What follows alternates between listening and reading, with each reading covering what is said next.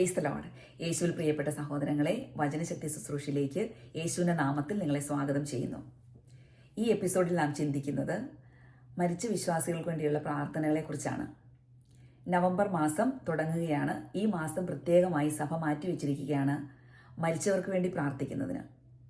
മക്കബായരുടെ 2-ാം പുസ്തകം 12-ാം അധ്യായം അതിൽ 45-ാം വാക്യത്തിൽ നാം ഇങ്ങനെ വായിക്കുന്നു: മരിച്ചവർക്ക് പാപമോചനം ലഭിക്കുന്നതിന് അവൻ അവർക്ക് വേണ്ടി പാപപരിഹാര കർമ്മം അനുഷ്ഠിച്ചു. മരിച്ചവർക്ക് വേണ്ടി പരിഹാര പ്രവൃത്തികൾ ചെയ്ത് പ്രാർത്ഥിക്കുന്നത് സഭ എന്നും പ്രോത്സാഹിപ്പിക്കുന്നു.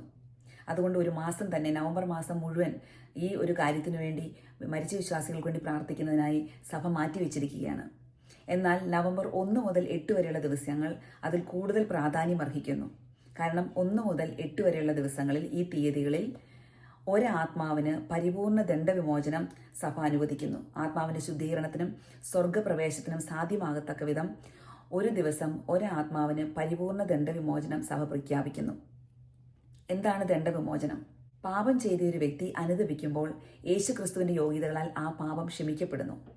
എന്നാൽ പാപം വരുത്തി വെക്കുന്ന ദോഷഫലങ്ങൾ, അതിൻ്റെ കടങ്ങൾ, അവ പരിഹരിക്കപ്പെടേണ്ടതുണ്ട്. അതിന് പരിഹാര പ്രവൃത്തികൾ ചെയ്യേണ്ടതുണ്ട്. പാപം എപ്പോഴും ഒരു പരിണിത ഫലം അവശേഷിപ്പിക്കുന്നു. ഉദാഹരണത്തിന്, ഒരു വ്യക്തി മറ്റൊരു വ്യക്തിയുടെ വീടിൻ്റെ ജനാല തകർത്തു വന്നിരിക്കട്ടെ. ആ ജനാല തകർന്നതാണ്. എന്നാലും ഉപദ്രവിച്ച വ്യക്തിയോട് ക്ഷമിക്കാം. പക്ഷേ എന്നാലും ആ തകർന്നു പോയ ജനൽ അത് പൂർവ്വസ്ഥിതിയിലേക്ക് ആക്കേണ്ടതുണ്ട്. ഒരാൾ മറ്റൊരാളുടെ പൈസ മോഷ്ടിച്ചു വന്നിരിക്കട്ടെ. ആ മോഷ്ടിച്ച വ്യക്തിയോട് ക്ഷമിച്ചെങ്കിലും പൈസ തിരിച്ചു കൊടുക്കുമ്പോഴാണ് പൂർണ്ണ ഒരു ശുദ്ധീകരണവും പൂർണ്ണമായ ഒരു സ്വാതന്ത്ര്യവും ലഭിക്കുന്നത്. ഒരാൾ മറ്റൊരാളുടെ വണ്ടി കേടാക്കിയെങ്കിൽ ആ പ്രവൃത്തി ക്ഷമിച്ചു എന്ന് വരാം, പക്ഷേ ആ വണ്ടിയെ പൂർവ്വസ്ഥിതിയിലാക്കി കേടുപാടുകൾ തീർത്തു കൊടുക്കുമ്പോഴാണ് അതിലൊരു പൂർണ്ണ ശുദ്ധീകരണം നടക്കുന്നത്. ഇതുപോലെയാണ് നമ്മുടെ പാപങ്ങളും ചില ഫലങ്ങൾ, ചില ദോഷവശങ്ങൾ, ചില കടങ്ങൾ അവശേഷിപ്പിക്കുന്നു.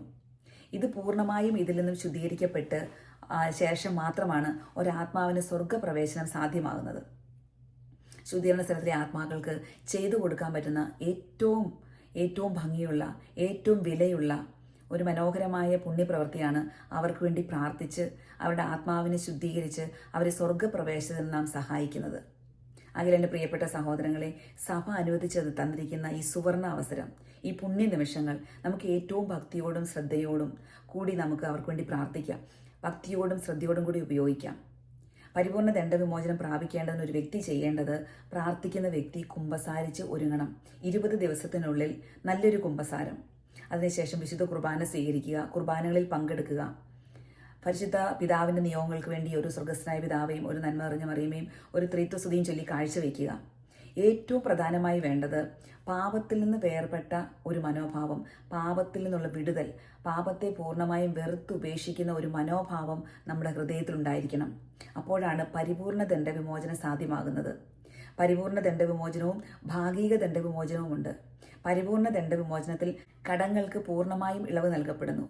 എന്നാൽ ഭാഗിക ദണ്ഡവിമോചനത്തിൽ ഭാഗികമായി മാത്രം ക്ഷമിക്കപ്പെടുന്നു. എൻ്റെ പ്രിയപ്പെട്ട സഹോദരങ്ങളെ, ഈ ഒരു പുണ്യപ്രവൃത്തി നമുക്ക് ഹൃദയത്തിൽ സ്വീകരിച്ച് ദൈവത്തിൻ്റെ കൃപയാൽ നമ്മളാൽ കഴിയും വിധം ഈ നവംബർ 1 മുതൽ 8 വരെയുള്ള ദിവസങ്ങളിൽ സെമിത്തേരികൾ സന്ദർശിച്ച് പള്ളികളിൽ പോയി പ്രാർത്ഥിച്ച് ആത്മാക്കൾക്ക് ഈ ഒരു വലിയ കൃപാവരം നേടിക്കൊടുക്കാൻ നമുക്ക് സാധിക്കട്ടെ. ഒരു ദിവസം ഒരാത്മാവിനാണ് പരിപൂർണ്ണ ദണ്ഡവിമോചനം ലഭിക്കുന്നത്. ഇത് മരിച്ചു പോയവർക്ക് വേണ്ടി മാത്രമുള്ളതാണ്. അപ്പോൾ നമ്മുടെ കുടുംബത്തിൽ നിന്ന് വേർപെട്ട് പോയവരെ അനുസ്മരിച്ച് സാധിക്കുമെങ്കിൽ അവരുടെ പേരുകളൊക്കെ എഴുതി അവർക്ക് വേണ്ടി പ്രത്യേക പ്രാർത്ഥനകൾ അർപ്പിക്കുക. ഇത് നമ്മുടെ ആത്മാവിൻ്റെ ശുദ്ധീകരണത്തിനും നമ്മുടെ ആത്മാവിന് കൃപാവരങ്ങൾ ലഭിക്കുന്നതിനും ഇതിലൂടെ സാധ്യമാകും. അതിനാൽ ഈ ഒരു പുണ്യപ്രവൃത്തി ചെയ്യാൻ ദൈവം നമ്മളെ എല്ലാവരെയും അനുഗ്രഹിക്കട്ടെ.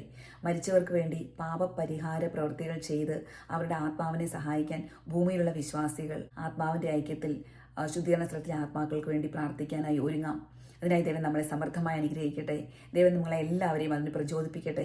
ധാരാളം ആത്മാക്കളെ, ശുദ്ധീകരണ സ്ഥലത്തിലെ ആത്മാക്കളെ, പ്രാർത്ഥനയുള്ള ആത്മാക്കളെ ഈ ഒരു മാസം നമുക്ക് പ്രാർത്ഥിച്ച് സ്വർഗത്തിലേക്ക് അവർക്ക് പ്രവേശനം സാധ്യമാക്കി കൊടുക്കാം.